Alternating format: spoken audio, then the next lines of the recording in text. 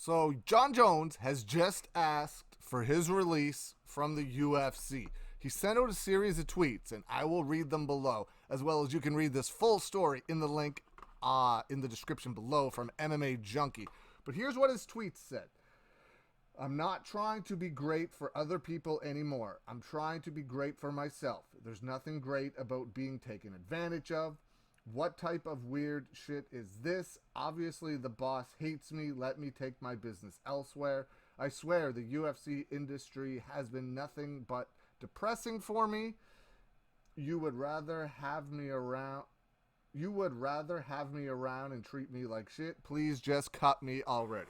So, I have a hot take on this. Normally, I am 100% behind the athlete when it comes to situations like this.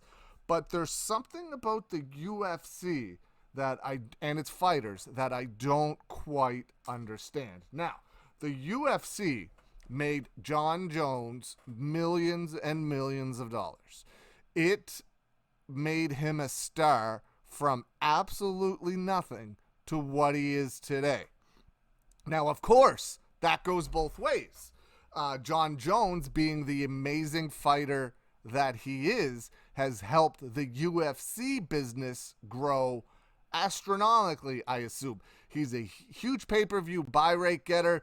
He's been an undefeated fighter other than the Matt Hamill fight. That's his only loss, right? He's been an undefeated fighter other than that one DQ. Just an outstanding athlete. He was UFC light heavyweight champion for what seems like ever until he vacated the belt. So, without the UFC platform, John Jones would never have been able to be the megastar that he is. But without John Jones, the UFC might not have got that full $4.2 billion buy they did a few years ago. So it definitely goes both ways. But here's what I don't understand in regards to the UFC and its fighters.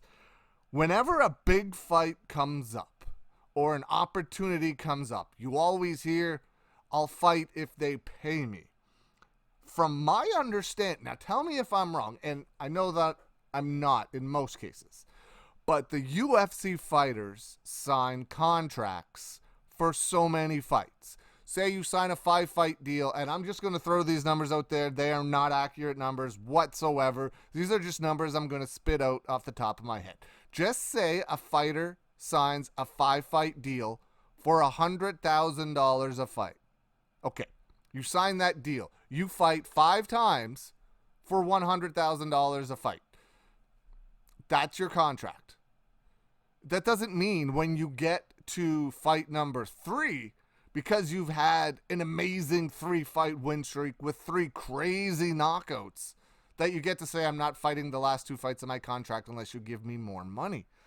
That doesn't make any sense. Hockey players, football players, baseball players, basketball players, every sport on the world, the player has to finish out his contract before he can renegotiate. That player at the end of the season can then say, I'm not returning to the Boston Red Sox, or I'm not returning to the Edmonton Oilers. I don't know, I'm just naming teams. Unless they give me more money when that contract is over. When that 8-year deal that Alex Ovechkin signs with the Washington Capitals, he's going to get paid his $11 million or whatever it is a year for 8 years. He can't stop after year 4 because he scored 600 goals and be like, I want more money. You get more money when you negotiate your next contract. So what is it with UFC fighters not wanting to live up to their contractual obligations? John Jones has a contract with the UFC. I have no idea for how much it's worth, and I don't know for how many fights that it's for. I'm sure somebody out there does. But he's got fights left. He's probably been offered fights. He's turned them down. He's saying he wants to fight Francis. He dropped the light heavyweight title because he wants to move up to heavyweight. But he wants more money to fight. That's not how it works. That's not how business works. The UFC has been overly generous with a lot. Yeah, I get it. They don't pay their fighters as much as they should. But there's been many times in the past where Dana and the UFC has given fighters more money for fights when they don't have to. All of the locker room deals he cuts, the bonus money, they don't have to do any of that. Like when Jorge Masvidal fought Kamaru Usman on 6 days' notice or whatever it was last year, I'm sure Jorge Masvidal got a few extra bucks. Probably Kamaru Usman too for changing his opponent on a week's notice. They don't have to do that.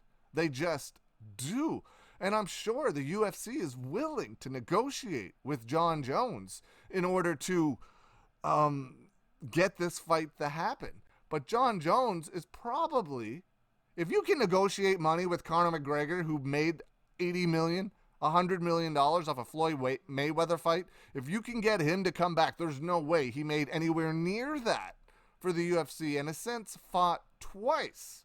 If you can negotiate with somebody that's made that level of money, Jon Jones must be asking for something ridiculous. But he's not entitled to it. And I'm sure the UFC is willing to negotiate a bit, be like, hey, you want to whatever amount of money raised? Sure. You want $50 million? That's not happening.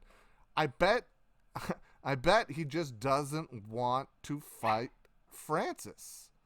That's got to be behind it. Anyone can say they want to fight Francis Ngannou. But until you step into the ring, you don't want to fight Francis Ngannou. Derek Lewis will step into that ring and fight Francis Ngannou. Stipe Miocic did it twice. Everybody that stood in front of Francis stepped into that cage, got paid, and fought Francis. The big fight, of course, is Francis Ngannou versus Jon Jones. That's the one everybody wants to see. That's the one that's going to make a ton of money. You're trying to say that the UFC isn't going to cut Jon Jones, maybe some of the pay-per-view buy rates, maybe some other way to get him more money, just give him a bigger flat fee.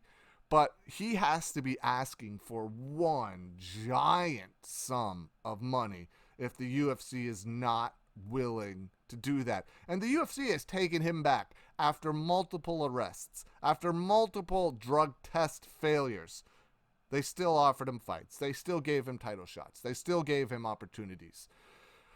The Jon Jones story is not ending well for a storied career. He could have been one of the greatest, and he is one of the greatest combat sports athletes of all time. But he could have had the career that was untouched for decades upon decades. He could have had a Mike Tyson type of legacy, a Floyd Mayweather type of legacy when it comes to their particular sport, but I don't see it going that way. There is no chance the UFC releases him.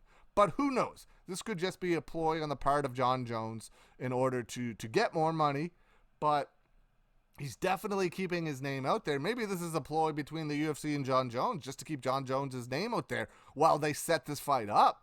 But if all of it's true, I don't think Jon Jones is deserving of a I don't think anybody is deserving of a mid-contract negotiation. You signed that deal. You be a man. You live up to the contract, or woman.